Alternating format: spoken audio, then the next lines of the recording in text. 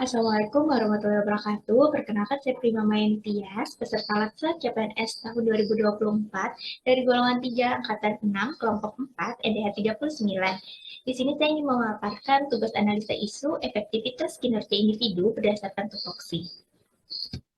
Tupoksi perawat ahli pertama berdasarkan Peraturan Menteri Pendayagunaan Aparatur Negara dan Reformasi Birokrasi Republik Indonesia Nomor 35 Tahun 2019 tentang Jabatan Fungsional Perawat.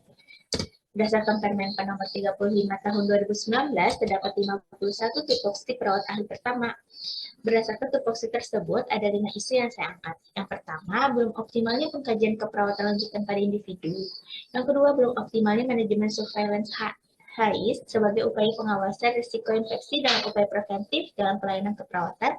Yang ketiga, belum optimalnya upaya peningkatan kepatuhan kewaspadaan standar pada pasien, petugas, atau pengunjung sebagai upaya pencegahan infeksi. 4. Belum optimalnya teknik kontrol infeksi pada keluarga dengan penyakit menular. Dan yang kelima, belum optimalnya pendokumentasian keperawatan.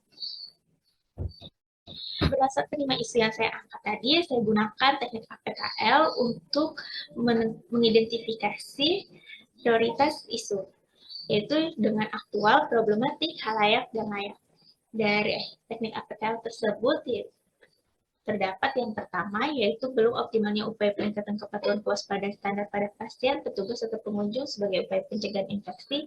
Yang kedua, belum optimalnya manajemen surveillance HI sebagai upaya pengawasan risiko infeksi dalam upaya preventif dalam pelayanan keperawatan. Yang ketiga, belum optimalnya dilakukan support kepatuhan terhadap intervensi kesehatan pada individu.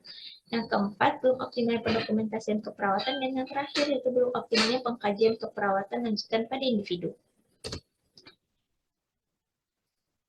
Setelah itu, saya lakukan analisis isu dengan USG, yaitu terkait dengan tingkat keurgensiannya. Didapatkan yang pertama, belum optimalnya upaya peningkatan kepatuhan kewaspadaan standar pada pasien. Yang kedua, belum optimalnya manajemen surveillance HIS. Dan yang ketiga, belum optimalnya dilakukan support kepatuhan terhadap intervensi kesehatan pada individu.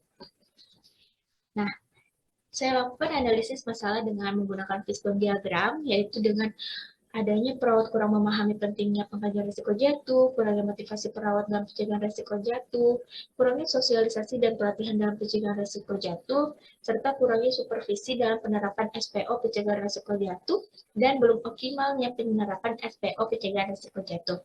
Sehingga terbentuklah masalah belum optimalnya tata laksana pencegahan pasien risiko jatuh di RSUD Senayan.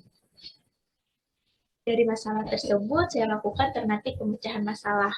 Yang pertama, perawat kurang memahami pentingnya risiko jatuh. Ini dapat dilakukan dengan pemberian edukasi, pelatihan terkait dengan tata laksana pencegahan pasien risiko jatuh.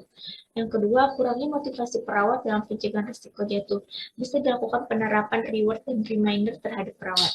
Yang ketiga, kurangnya sosialisasi dan pelatihan dalam pencegahan risiko jatuh, sehingga dapat dilakukan kegiatan sosialisasi ataupun pelatihan terkait dengan pengkajian risiko jatuh dan pencegahan risiko jatuh. Yang keempat, yaitu kurangnya supervisi dalam penerapan SPO pencegahan risiko jatuh, sehingga dapat dilakukan penjadwalan harian oleh supervisi kepada kepala ruangan menggunakan checklist digital. Yang terakhir itu belum optimalnya penerapan SPO pengajian risiko jatuh, sehingga dapat dilakukan dengan adanya pelatihan dan refreshing SPO secara berkala atau dalam penyederhanaan SPO yang setelah ada.